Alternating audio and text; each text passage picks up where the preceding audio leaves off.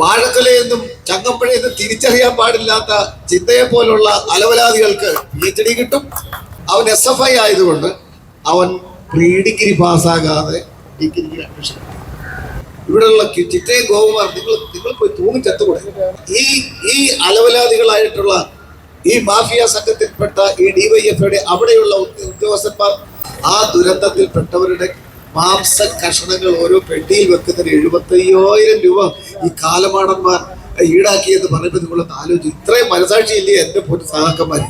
PV അൻവറിനെ കോൺഗ്രസിലേക്ക് സ്വീകരിക്കും. പക്ഷേ നമ്മുടെ ആരാധന രാഹുൽ ഗാന്ധിയുടെ DNA ടെസ്റ്റ് നടത്തണമെന്ന് പറഞ്ഞ ധിക്കാരിയായ ആ അൻവറിനെ അത്ര വേഗം കോൺഗ്രസിലേക്ക് കോൺഗ്രസ്സുകാർ സ്വീകരിക്കുമെന്ന് ഞാൻ കരുതുന്നില്ല. സ്വീകരിക്കാൻ പാടില്ലെന്നാണ് എൻ്റെ അഭിപ്രായം. ഒരു സംശയം ഇവിടെ ഈ കോൺഗ്രസിനെ തകർക്കുന്നതിന് വേണ്ടി നമ്മുടെ ആരാധ്യനായ രാഹുൽ ഗാന്ധിയുടെ പിതൃത്വത്തെ വരെ ചോദ്യം ചെയ്ത ഒരു അധമനെ ഇന്ത്യൻ നാഷണൽ കോൺഗ്രസിന്റെ വരാന്തയിൽ പോലും കയറ്റാൻ പാടില്ലെന്നാണ് ജനങ്ങൾ ആഗ്രഹിക്കുന്നത്.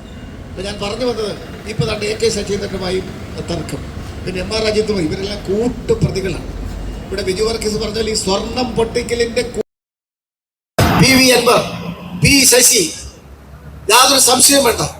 കേരളത്തിലെ പോലീസുകാരെ സ്വർണം പൊട്ടിക്കലിനും ക്രിമിനൽ പ്രതികളെയും രക്ഷിക്കുന്നതിന് കവചമായി മാറ്റി നാണം കെട്ട പിണറായി വിജയന്റെ സർക്കാരിന് കനത്ത പ്രഹരമാണ് ഇനി വരാൻ പോകുന്ന നാളുകളിൽ ഉണ്ടാകാൻ പോകുന്ന കാര്യത്തിൽ യാതൊരു സംശയവും. മറ്റൊന്ന്, ഇവിടെയുള്ള SFI DYFI സുഹൃത്തുക്കൾ കഴിഞ്ഞ ദിവസം ഇങ്ങനെ ട്രെയിനിൽ യാത്ര ചെയ്യുമ്പോൾ രണ്ടുപേരും സംസാരിക്കുന്ന ഞാൻ കേട്ടു. 2 രക്ഷിതാക്കളാണ്. തമാശയാണ് പറഞ്ഞതെങ്കിൽ പോലും അതിലൊരു യാഥാർത്ഥ്യമുണ്ട്. അതിലൊരാൾ പറഞ്ഞു, ഈ ജനശാബ്ദിയിലായിട്ട് സീറ്റിൽ ഇങ്ങനെ നിരത്തിരിക്കേണ്ട കേൾക്കാം. ഒരാൾ പറഞ്ഞു, എൻ്റെ മകൻ SFIക്കാരനായതുകൊണ്ട് എനിക്ക് വലിയ സന്തോഷമുണ്ട്, ആശ്വാസമുണ്ട് എന്ന് പറഞ്ഞു. അപ്പം ഞാനിപ്പോൾ SFI എന്ന് പറഞ്ഞിട്ട് ചെവി ഒന്നിങ്ങനെ എന്നെ കാണുമില്ല, നീളമില്ലാത്തതുകൊണ്ട് ഞാൻ സീറ്റിന് താഴെയായില്ല. അപ്പോൾ അവർ പറയുന്ന പറ്റുന്നതല്ല, SFI ആയതുകൊണ്ട് എൻ്റെ മകൻ കോഴിക്കോട് സർവകലാശാലയിലാണ് പഠിക്കുന്നത്. അവൻ SFI ആയതുകൊണ്ട് അവൻ പ്രീ ഡിഗ്രി പാസ്സാകാതെ ഡിഗ്രിക്ക് അഡ്മിഷൻ. എൻ്റെ മകൻ PG ക്ലാസ്സിൽ പോകാതെ PhDക്ക് അഡ്മിഷൻ കിട്ടും. എന്താ നിങ്ങൾ +2 പാസ്സാകാതെ ഡിഗ്രി കിട്ടും, ഡിഗ്രി പാസ്സാകാതെ PG കിട്ടും, PG പഠിക്കാതെ PhD കിട്ടും. വാഴക്കൊലയെന്നും ചങ്ങമ്പുഴയെന്നും തിരിച്ചറിയാൻ പാടില്ലാത്ത ചിന്തയെ പോലുള്ള അലവലാദികൾക്ക് PhD കിട്ടും. SFIയുടെ പ്രസിഡന്റ് എന്താ? അർഷുവിന് ഏത് ഡിഗ്രിയും കിട്ടും. മുഖ്യമന്ത്രിയുടെ സെക്രട്ടറിയുടെ ഭാര്യ അവർക്ക് ഒരു PhD പാസ്സായില്ലെങ്കിൽ എന്താ, അവർക്ക് കണ്ണൂർ സർവകലാശാലയിൽ അസോസിയേറ്റ് പ്രൊഫസറായി നിയമനം കിട്ടും. അതേപോലെ തന്നെ ഈ DYFകാർ മനസ്സിലാക്കുക, DYFI ചേർന്നത് കൊണ്ടും ഗുണമുണ്ട്. DYFI ചേർന്നാൽ രാത്രി ഉറക്കവളച്ചിരുന്ന് കഷ്ടപ്പെട്ട് ടെൻഷനോട് കൂടി പഠിച്ച് പാസ്സായി ഡിഗ്രിയോടുകൂടി അല്ലെ വിവിധ യോഗ്യതയോടുകൂടി നിൽക്കുന്ന നമ്മുടെ പാവപ്പെട്ട നാട്ടുപുറത്തുള്ള ചെറുപ്പക്കാരെ മുഴുവൻ നോക്കുകുത്തികളായി അവരുടെ മുഖത്ത് കാർക്കിച്ചു തുപ്പിക്കൊണ്ട് പിൻവാതിലിലൂടെ PSC നിയമനങ്ങൾ പ്രഖ്യാപിക്കാതെ പിൻവാതിലിലൂടെ സർക്കാരിന്റെ എല്ലാ സ്ഥാപനങ്ങളിലും ഇന്നിപ്പോ DYFകാർ കയറി പറ്റിയിരിക്കുകയാണ്. തിരുവനന്തപുരം മെഡിക്കൽ കോളേജിൽ മാത്രമായിട്ട് 600 ജോലിക്കാരെയാണ് വളഞ്ഞ വഴിയിലൂടെ DYFI ഈ സർക്കാർ അവിടെ നിയമിച്ചിരിക്കുന്നത്. ചില ഡോക്ടർമാർ പറഞ്ഞു, വളരെ സീനിയർ ആയിട്ടുള്ള ഡോക്ടർമാർ പറഞ്ഞത് അറിയാമോ? ഡോക്ടർമാർ പറഞ്ഞു, ഈ വന്നിരിക്കുന്നവരോട് നിങ്ങളൊന്ന് മാറി നിൽക്കണം, നിങ്ങൾ ആ പേഷ്യന്റിന്റെ പെട്ടെന്ന് എടുത്തു കൊടുക്കണം, നിങ്ങൾ ഈ പേഷ്യന്റ് ആ മരുന്നൊന്ന് കുത്തിവെക്കാൻ സഹായിക്കണം എന്നൊക്കെ പറഞ്ഞാൽ ഈ അലവലാദികളായിട്ടുള്ള ഈ മാഫിയ സംഘത്തിൽപ്പെട്ട ഈ DYFയുടെ അവിടെയുള്ള ഉദ്യോഗസ്ഥന്മാർ ഈ ഡോക്ടർമാരുടെ നേരെ കൊട്ടി ചുരുട്ടി ആക്രോശിക്കുന്ന സംഭവമാണ് ഇതിപ്പോ തിരുവനന്തപുരം മെഡിക്കൽ കോളേജ് നടന്നത്. അവിടെ മാത്രമല്ല, ആലപ്പുഴ പറയേണ്ട കാര്യമേ ഇല്ല. ഇങ്ങനെ എല്ലാ സ്ഥലത്തും ക്രിമിനൽ, എല്ലാ സ്ഥലത്തും ഭീഷണി, എല്ലാ സ്ഥലത്തും ക്രിമിനലുകളുടെ അഭയസ്ഥാനമായി ഈ സംസ്ഥാനത്തെ മാറാൻ കാരണം പിണറായി വിജയൻ എന്ന ഒരൊറ്റ മുഖ്യമന്ത്രിയാണ് എന്ന കാര്യത്തിൽ ഒരു സംശയമില്ല. അദ്ദേഹത്തിന്റെ അജണ്ട എന്ന് പറയുന്നത് തന്റെ മകൾ, തന്റെ മരുമകൻ, നല്ല ഒന്നാന്തര ഒരു മരുമകനാണ്. ആലോചിച്ച് നോക്കൂ, ഈ കേരളം കണ്ടതിൽ വെച്ച് നമ്മുടെ ഓർമ്മയിൽ ഏറ്റവും വലിയ ദുരന്തമാണ് ഇപ്പോഴും ഓർക്കുമ്പോൾ പോലും നെഞ്ചു പിടയുന്ന ഓർമ്മയാണ് നമ്മുടെ വയനാടിന്റെ ഉരുൾപൊട്ടൽ, അതുമായി ബന്ധപ്പെട്ട ദുരന്തം. ആ ദുരന്തത്തിനെ വിറ്റ് കാശാക്കിയവർ മൃഗങ്ങളാണോ? മൃഗങ്ങൾക്ക് പോലും അപമാനമാണെന്ന കാര്യത്തിൽ യാതൊരു സംശയമില്ല. ഇടയ്ക്ക് ഒരാൾ പറയുന്നത് കേട്ടു, ഇങ്ങനെ കണക്ക് ഞങ്ങൾ പെരുപ്പിച്ച് കാണിച്ചത് സാധാരണ സർക്കാർ ചെയ്യാറുള്ളതാണ്, അതിലെന്താ തെറ്റ്, നിങ്ങളുടെ കരുണാകരൻ ചെയ്തില്ലേ എന്ന്. ഞാനത് പിന്തിരിഞ്ഞു നോക്കി.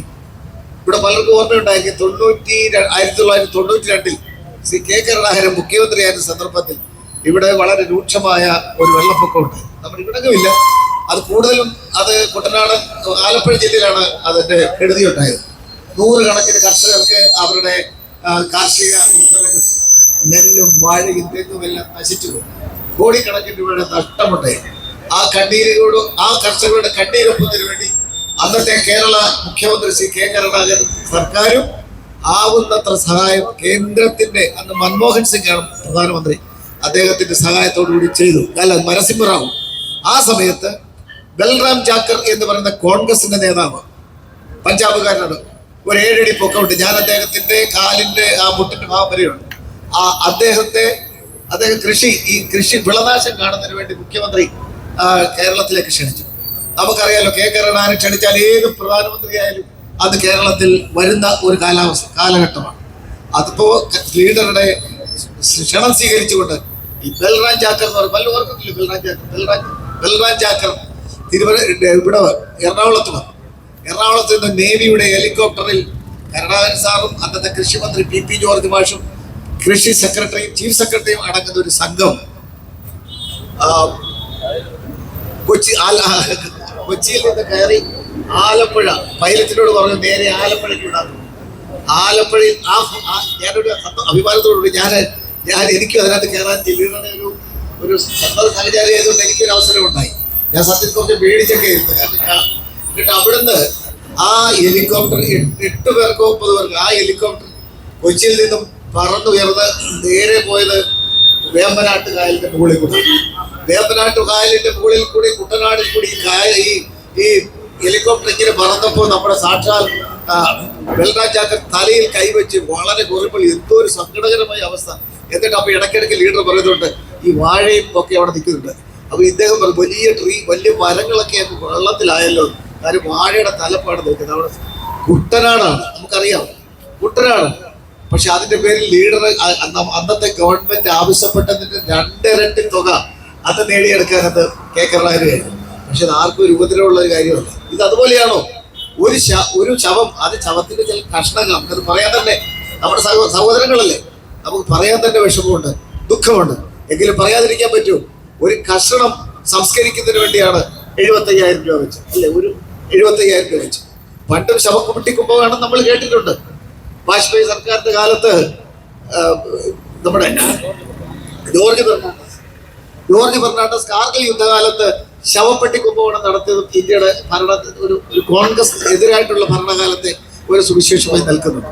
പക്ഷെ അതിനെ പോലും നമുക്ക് മറികടക്കുന്ന തരത്തിലാണ് ആ ദുരന്തത്തിൽപ്പെട്ട് ജീവൻ നഷ്ടപ്പെട്ട്, ശരീരം നഷ്ടപ്പെട്ട്, അതാണ് ജീവൻ മാത്രമല്ല, ഒരു ഭൗതിക ശരീരം പോലും ഇല്ലാതെ കഷ്ണമായി ഒരിക്കലും അങ്ങനെ ആവർത്തിക്കരുത് എന്ന് നമ്മൾ മനസ്സുകൊണ്ട് പ്രാർത്ഥിക്കുന്ന ആ ദുരന്തത്തിൽപ്പെട്ടവരുടെ മാംസ കഷണങ്ങൾ ഓരോ പെട്ടിയിൽ വെക്കുന്നതിന് 75,000 രൂപ ഈ കാലമാടന്മാർ ഈടാക്കിയെന്ന് പറയുമ്പോൾ നിങ്ങളൊന്ന് ആലോചിച്ച്, ഇത്രയും മനസാക്ഷിയില്ലേ എൻ്റെ സഹാക്കന്മാർ? ഇവിടെയുള്ള ചിറ്റയും ഗോകുമാർ, നിങ്ങൾ പോയി തൂങ്ങിച്ചെത്തുകൂടെ?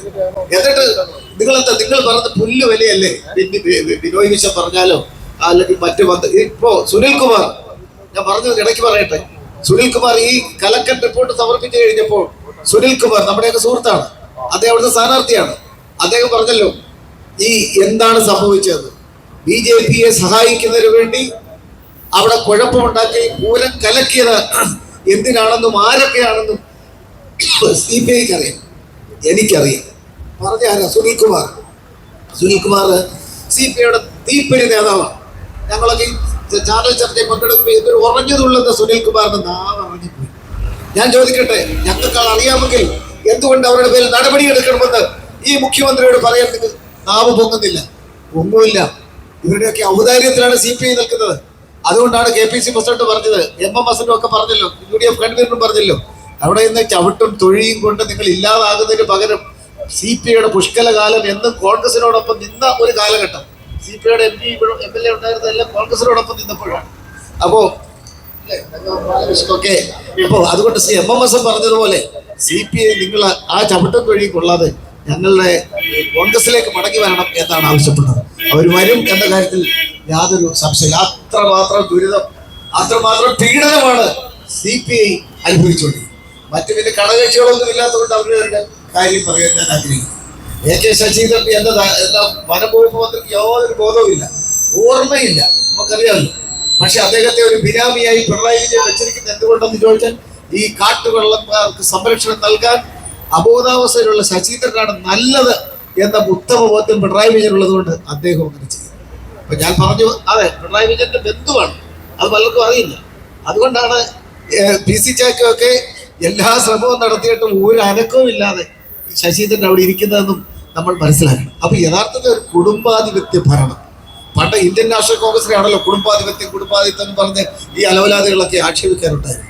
പക്ഷെ ഇപ്പോൾ ഭരണത്തിലൂടെ, പ്രവൃത്തിയിലൂടെ ഒരു നാടിന് മുഴുവൻ കളങ്കം ചേർന്ന തരത്തിൽ കുടുംബ ഭരണം നടത്തുന്ന മുഖ്യമന്ത്രിയും നാടുമായി ഈ കേരളം അതപ്പതിച്ചിരിക്കുന്നു എന്നതാണ് യാഥാർത്ഥ്യം.